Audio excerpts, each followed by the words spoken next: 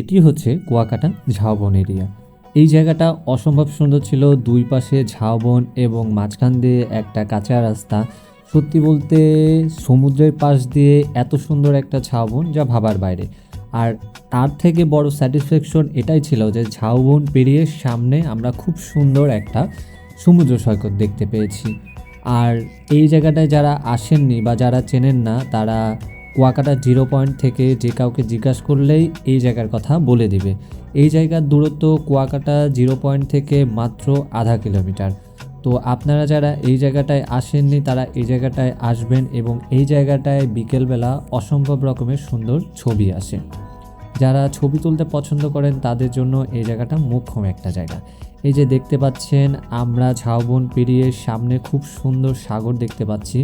মাশাআল্লাহ অসম্ভব সুন্দর জোশ ছিল। দুই পাশে নৌকা রাখা ছিল, বড় বড় ট্রলারও রাখা ছিল। আমরা এখানে বেশ কিছুক্ষণ সময় কাটিয়েছি এবং এখানে খুব সুন্দর সুন্দর ভালো ভালো ছবি উঠতেছিল। হাতে কিছুটা সময় নিয়ে আপনারাও চলে আসতে পারেন এত সুন্দর একটা জায়গায়।